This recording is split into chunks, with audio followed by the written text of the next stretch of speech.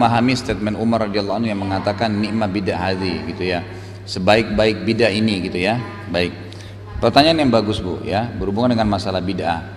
Jadi Umar radhiyallahu anhu di zaman khilafahnya beliau melihat di Masjid Nabawi ya, di Masjid Nabi itu orang banyak berkelompok-kelompok untuk sholat tarawih ya. Ada yang sholat sendiri di sana, ada yang sholat berjamaah di sini, karena sholat sunnah. Dan Nabi SAW cuma mengerjakan hari pertama saja, setelah itu ditinggalkan gitu oleh Nabi SAW. Dan Nabi sendiri bilang, Nabi SAW sendiri mengatakan, saya waktu sahabat-sahabat di hari kedua sudah mulai ngumpul, banyak orang mau sholat di situ. Lalu kata Nabi SAW, Nabi tidak keluarkan. Subuhnya Nabi bilang, saya tahu apa yang kalian lakukan semalam, kalian tunggu saya. Tapi saya tidak keluar karena kalau saya keluar bisa diwajibkan sholat itu untuk kalian. Maksudnya sholat tarawih atau sholat malam jadi wajib, nanti malah jadi memberatkan. Kalau Nabi SAW sudah kerjakan rutin. Tapi Nabi sendiri kan tidak larang, berarti boleh dikerjakan. Nah di zaman Umar radhiyallahu anhu berkembang, makin banyak ekspansi Islam, makin banyak orang masuk Islam, penduduk Madinah juga bertambah. Apa yang terjadi? Orang-orang pada berserakan sholat di masjid. Umar melihat ini malah jadi fitnah nantinya. Maka Umar radhiyallahu anhu mengumpulkan mereka, lalu mengerjakan sholat tarawih secara berjamaah. Masalah berjamaahnya itu sudah tidak ada masalah. Kenapa? Karena Nabi SAW berjamaah, kan gitu. Waktu Nabi SAW kerjakan di hari pertama sendiri, itu kan sudah ada beberapa sahabat yang ikut berjamaah dengan Nabi, kan gitu. Dan Nabi tidak larang SAW, berarti boleh saja. Kan sholat malam, ya, itu sholat jenazah, sholat gerhana. Itu kan sholat-sholat yang Nabi SAW kerjakan secara berjamaah. Jadi nggak apa-apa kita kerjakan jamaah. Yang tidak boleh berjamaah yang tidak ada contohnya kayak duha, sholat sunnah rawatib. Kan tidak ada hadis yang menjelaskan Nabi berjamaah, maka tidak boleh dikerjakan secara berjamaah gitu kan. Baik, akhirnya Umar kumpulkan mereka dikerjakan secara berjamaah, itu sudah dengan sunnah Nabi. Cuma yang jadi masalah adalah Umar radhiyallahu anhu menambah jumlah rakaat gitu kan. Yang tadinya Nabi SAW kerjakan 11, Umar jadikan 23. Dan sebagian ulama hadis mengatakan ternyata Umar radhiyallahu anhu memang sudah dari dulu kerjakan sebelum jadi khalifah. Di zaman Nabi sudah kerjakan sholat malam bukan 11. Memang Umar kerjakan sampai lebih dari itu. Yang jadi Umar terapkan itu yang sering beliau kerjakan. Jadi bukan tiba-tiba dibuat pada saat itu, tidak. Dari zaman Nabi SAW hidup memang dia sudah kerjakan 23 rakaat. Baik. Lalu setelah itu ditanya ya, oleh beberapa sahabat yang hadir, apa dengan perilaku Umar ini dengan menjadi 23 rakaat ya, ada yang bertanya. Umar mengatakan ini sebaik-baik bid'ah, ini sebaik-baik bid'ah, nikmat bid'ah hadhi, gitu kan perkataannya. Baik, ulama hadis menanggapi statementnya Umar, enggak ada sahabat yang membantah pada saat itu, mereka diam saja, sudah dibiarin gitu. Ulama menanggapi statementnya Umar ini dengan dua jawaban. Yang pertama, Umar radhiyallahu anhu menyebutkan ni'ma bid'ah hadhi, ini sebaik-baik bid'ah adalah yang dimaksud bid'ah secara etimologi, secara bahasa. Kan bid'ah itu atau semua dalam Islam ini apapun Bapak Ibu sekalian itu dalam Islam biasanya disebutkan makna lugawi dan istilahi ya, atau bahasa Indonesia etimologi dan terminologinya. Jadi misal sholat, kalau kita lihat buku-buku fikih itu selalu dikatakan sholat secara etimologi atau bahasa adalah doa. Kemudian secara terminologi adalah gerakan-gerakan khusus yang dikerjakan dimulai dengan takbir dan diakhiri dengan salam, gitu kan? Itu definisinya. Nah sama dengan itu tadi, bid'ah itu punya definisi. Sisi etimologi adalah bid'ah sesuatu yang baru. Tapi kalau sisi terminologinya adalah sesuatu yang baru dalam ibadah yang tidak pernah Nabi SAW contohkan dan juga para sahabatnya, terutama Khulafaur Rasyidin. Umar salah satu dari Khulafaur Rasyidin yang memang Nabi suruh ikuti sunnahnya, gitu kan? Karena Nabi mengatakan tadi hadis riwayat Tirmidzi ya, alaikum bisunnati wa sunnatu Khulafaur Rasyidin mahdiyyin min ba'di, gitu kan, disuruh ikuti sunnah Nabi dan sunnah Khulafaur Rasyidin sampai Ali, apa yang mereka kerjakan ikutin.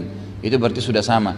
Ulama hadis menanggapi hadis ini mengatakan 4 orang sahabat ini, Abu Bakar, Umar, Utsman, Ali, tidak mengerjakan perbuatan apapun dalam kehidupan mereka walaupun mereka tidak bilang ini dari Nabi, kecuali memang dipastikan mereka kerjakan dari Nabi SAW.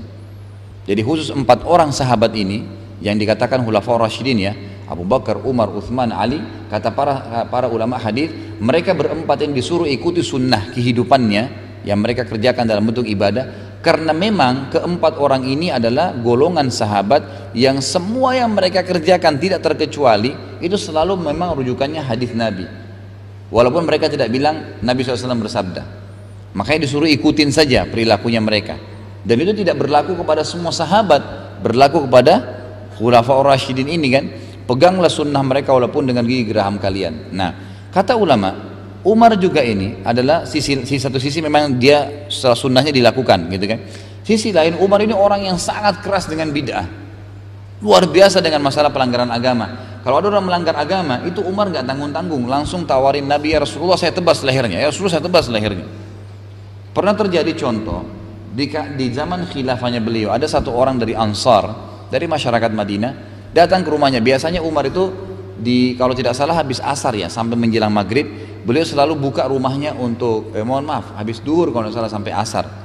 Ya, habis duhur, karena Umar itu lagi sholat, habis duhur sampai asar. Itu dibuka rumahnya untuk siapapun yang mau bertanya, punya hajat, ya, minta pertolongan, itu dibuka.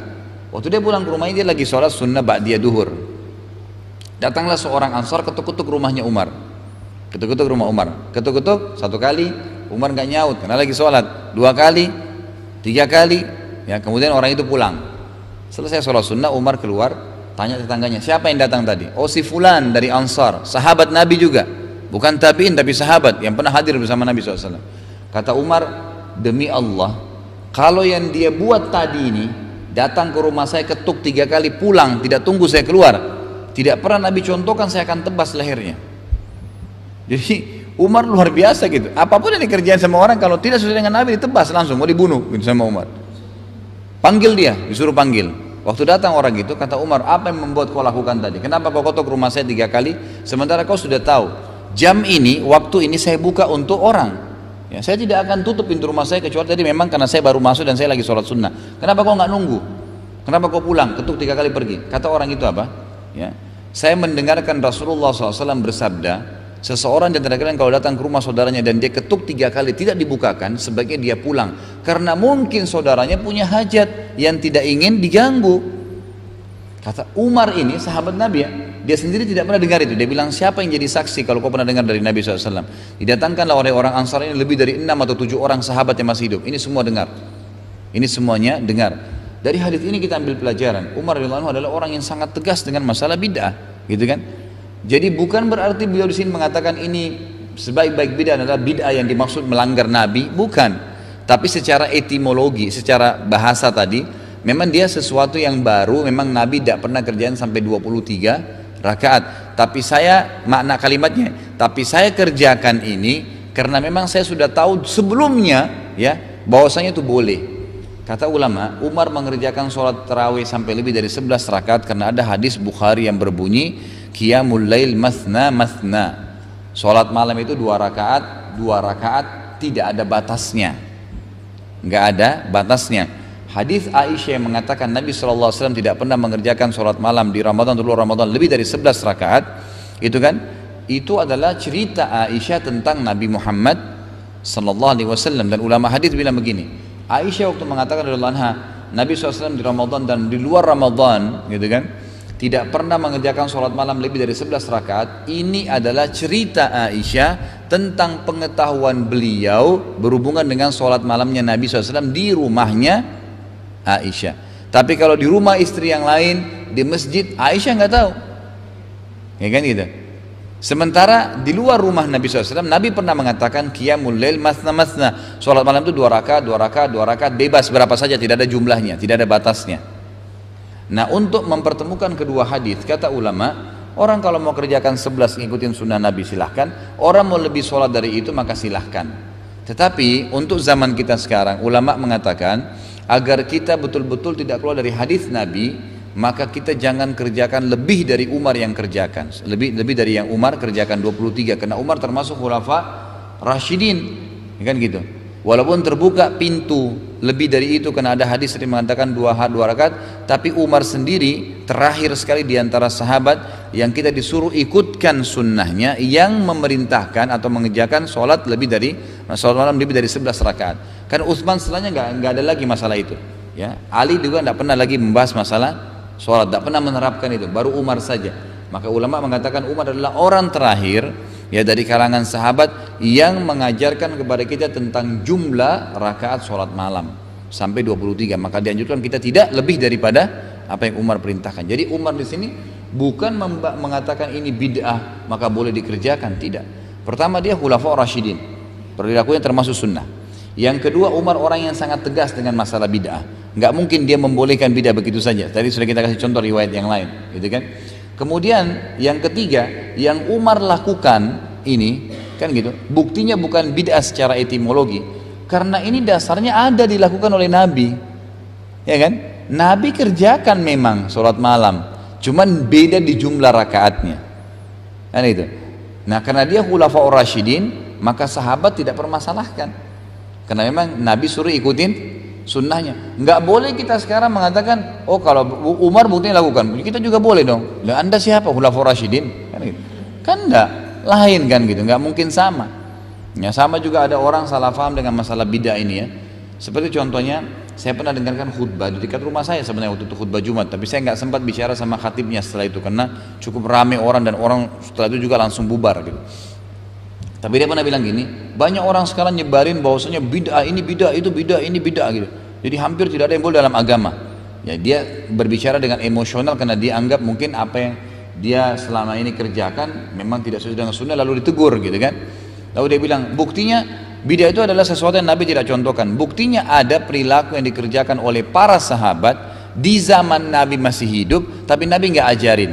Perhatikan kata-kata dia bilang di zaman Nabi masih hidup, padahal bid'ah itu sesuatu yang muncul setelah Nabi meninggal, gitu kan? Kalau Nabi masih hidup tidak dikatakan bid'ah, gitu. Karena kalau salah langsung dilurusin kan gitu. Nah diangkat dalil, ada dulu sahabat Nabi waktu Nabi SAW bilang, Sami Allahu liman hamida. Sahabat itu bilang apa? Yang pernah kita pelajari di bab solat, hamdan katsiran tayyiban mubarakan fi. Lalu setelah salam, kata Nabi SAW, siapa yang ucapin kalimat itu tadi? Sahabat itu angkat tangan, saya Rasulullah. Kata Nabi SAW, tadi waktu kau ucapin kalimat itu saya melihat ya, malaikat berebut-rebut mencatat apa yang kau ucapkan. Maksudnya saking besarnya pahalanya sampai malaikat berebut mencatat ucapan itu gitu. Dan ucapan itu sangat baik sekali gitu. Maka dia bilang apa? Buktinya itu sahabat kerjakan yang Nabi nggak pernah perintahin, gitu kan? Ya salah, itu bukan bid'ah. Jadi apapun perilaku sahabat itu bisa menjadi hukum pada saat didukung oleh Nabi SAW, kan gitu. Bukankah kasus lain ada sahabat yang bertengkar suami istri, kemudian permasalahan mereka dilaporkan kepada Nabi, turun ayat dalam surah At-Talaq, ya kan, yang meluruskan kesalahan mereka. Itu berarti bukan perbuatan bid'ah karena lagi proses turunnya wahyu. Tapi kalau wahyu sudah sempurna, ya Nabi SAW sudah meninggal, kemudian ada orang yang buat di luar daripada wahyu itu, baru dia jadi bid'ah. Kalau dalam proses wahyu lagi turun, Nabi masih hidup, dari mana bid'ahnya? Jadi gitu ya.